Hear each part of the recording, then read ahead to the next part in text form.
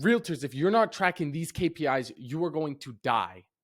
Okay, maybe that's a little bit of an exaggeration. However, if you are a realtor looking to scale to 6 or 7 figures, then you need to be tracking your numbers. And in this video, I'll be breaking down the top 7 KPIs that every realtor needs to know in order to scale their business. So firstly, I'm going to cover what is the definition of a KPI, then why we want to track KPIs, and then the top 7 KPIs you need to be tracking. So with that being said, let's get into it. First of all, the definition of a KPI is a key performance indicator, essentially a very important number or metric within a business that lets you monitor performance. Now, why do we want to actually track KPIs? Now, this boils down to the 3 P's, and these are problems, predictability, and profitability. So starting off with problems, essentially, if you do not know your numbers, you will essentially not know what your bottlenecks are. Now, what I mean by this is, let's say you're spending $50 a day on ads for 4 months. Now, let's say this results in 1 listing. And let's just say that was a $350,000 house and then 3% commission to keep things nice and even. So you made $9,000. However, over the span of these 4 months, you spent $6,000. Now, to spend $6,000 on ads to only make $9,000, of course, there's going to be other expenses involved. So that is not a good return on ad spend. This right here is a problem. Now, the issue if you're not tracking your numbers is you don't know what the problem is. Is it that you didn't have enough leads? Is it that the leads aren't converting? Is it that you're not converting them to appointments? Is it that you're not closing appointments?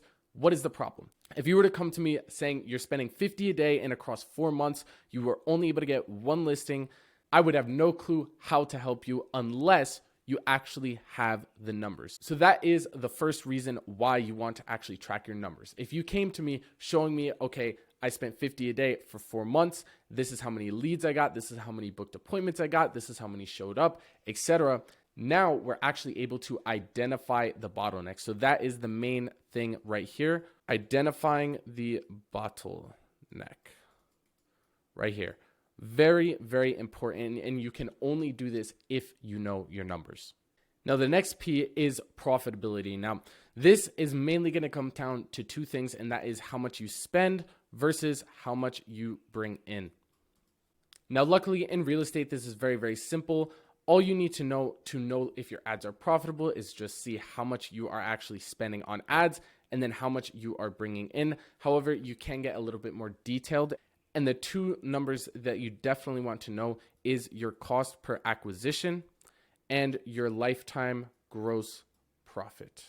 Now, with these 2 numbers, you'll essentially know how much money you are spending to acquire a client, as well as how much each client is worth on average. And as long as there is a gap here, then you know you are profitable. But once again, there are people who just spend money on advertising. They don't track. They'll get deals from referrals on top of their lead source. And with that, it looks like they're making money because they're only spending this much and they're bringing in this many deals. However, if they're not tracking where those deals are coming from and where the revenue is coming from, that is where there can be an issue with unprofitable spending.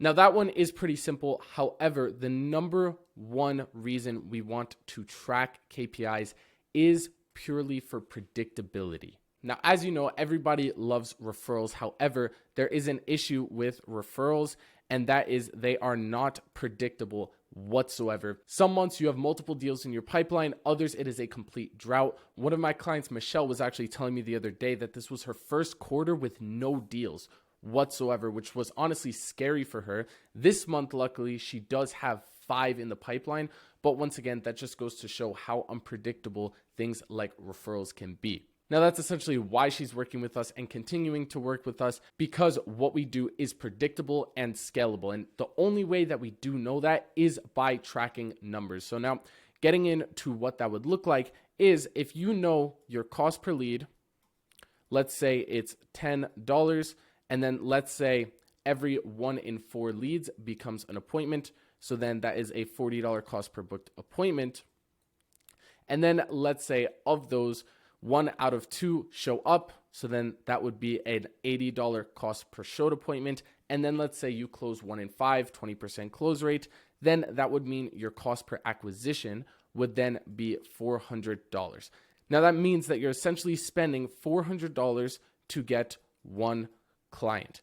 And if you know that an average client is worth $12,000 for you in your market, then you know this is very profitable. And all you have to do to continue scaling is spend more on ads. So in this case, if it takes you $400 to get one client and you want 3 clients a month, then that just means spend $1,200. And with those numbers, that would result in 3 clients. And once again, that is the importance of knowing your numbers. Now, hopefully at this point, you understand that you need to be tracking your numbers. It is extremely, extremely crucial. But now I will actually get into what are the specific numbers that you need to be tracking. Now, I'll just go down the line for you. First is your cost per lead. Then is your lead to appointment booking ratio.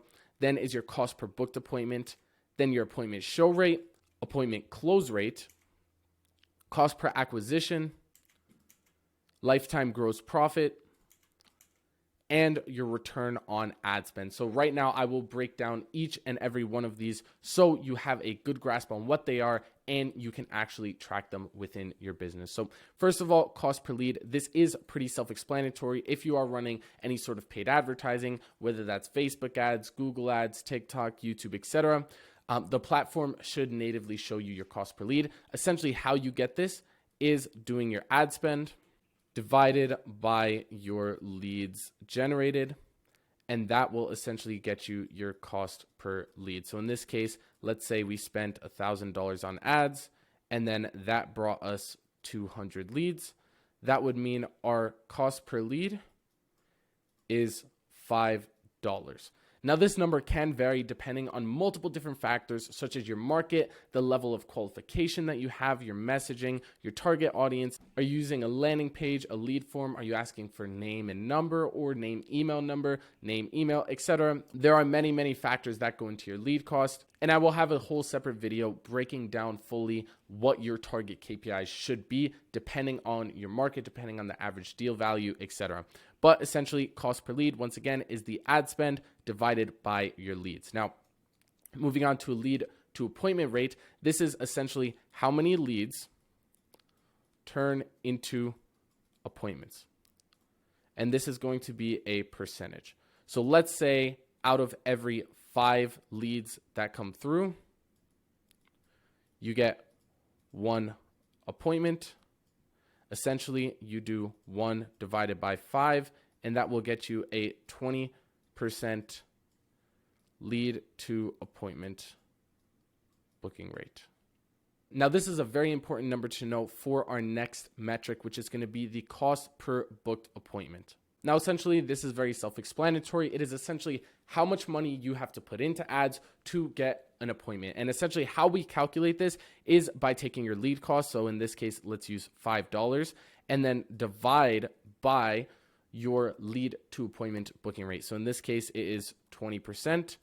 So divided by 20%, and that will get us $25 cost per booked appointment. So essentially for every $25 we spend, we get 1 appointment. Now, we do want to go deeper than this because not every appointment is going to show. So we do want to figure out our appointment show rate, which once again is very simple. We take the amount of appointments booked. So in this case, let's say that's 5. And that is going to be the denominator of how many appointments showed. So let's say 3 out of 5 of those appointments actually showed up. When you do the math here, that is a 60% appointment show rate. Now with this number, we do want to figure out our cost per showed appointment, and how we do that is similar to our lead booking rate, where we essentially take our cost per appointment, which in this case, we're using $25, and then dividing that by our appointment show rate. So in this case, that is going to be 0.60, and I believe that comes out to around $42. So now we know it takes about $5 to get a lead. We book 1 out of 5 of those leads into appointments, which gets us a 20% lead to appointment booking ratio. From there, we now know that our cost per booked appointment is $25. And at a 60% show rate, our cost per showed appointment is $42. Now, this next KPI is very, very crucial. Once again, when it comes to predictability, scale, and tracking profitability, and that is going to be our appointment close rate. So in general, with cold prospects, you do want to be at around 20%. So in this case, we're going to use that as our metric. Essentially, how you get this number is by taking the amount of appointments that showed up and having that be the denominator of the appointments that you closed. So in this case, let's say we closed 2 appointments of 10 that showed up. That would bring us to a 20% close rate. Now from here, we're not done yet. We want to now take this number and find one of the most important KPIs within a business, and that is cost per acquisition. This is essentially the total amount of money that it takes you to acquire a customer. So this accounts for cost per lead, cost per appointment, cost per booked appointment, and finally, this is now the cost per acquisition. Now, how we get this number is going to be our cost per showed appointment, which in this case is about $42, and then divide that by our close rate. So in that case, that is 20%. Now, after doing the math, we now get $210, and this right here is how much it takes to acquire a customer. Now, how do we know if this is profitable? Well, essentially, we have to look at the lifetime gross profit of a client. So in real estate, without accounting for referrals, it's usually just going to be a one-time commission. And let's say that is an average of 2.5% on a $400,000 house, or whatever your median is. You always want to be accounting for the median. You don't want to overestimate, underestimate, just go with the median for your average lifetime gross profit. And now when we do the math right here, this comes out to a commission check of $10,000. Now, this is gross revenue. However, when it comes to profit, you now want to subtract any expenses. This is not accounting for taxes, but it is accounting for anything required to fulfill on this client. So that could be photography services, staging services, if that's what you provide and you pay for, as well as a broker split. So we want to subtract these expenses. So let's say it is equivalent to $2,000 across everything. Now our lifetime gross profit is $8,000. Now, right here, as you can see, this discrepancy from $210 to $8,000 is a very, very wide gap. In the local business space and in the real estate space, we do want to see at least a 7 to 10x return on ad spend. And essentially, how we calculate the ROAS is by taking the return and then dividing that on how much we spent to acquire that client. Now, in this case, it comes out to about a 38 times return on ad spend, which is absolutely phenomenal. Once again, in order to say these ads are good, we want to be seeing at least a 7 to 10x return on ad spend. So in this hypothetical scenario where it's 38x, that is absolutely great, ultra profitable. Another way that you can get the return on ad spend, besides doing your lifetime gross profit divided by your cost per acquisition, is just by taking your overall ad spend and then having that be the denominator of your overall revenue brought in. So let's say you spent $1,000 on ads and brought in 20K. You can now calculate your return on ad spend, and this will essentially be a 20x ROAS, which once again is above our 7 to 10x KPI. Once again, I will have a separate video breaking down how to actually calculate your target KPIs in regards to cost per lead, cost per appointment, your appointment show rate, close rate, all of that. But in general right now, the main takeaway from this video is to track your numbers, especially these top 7, or really it is 8 here.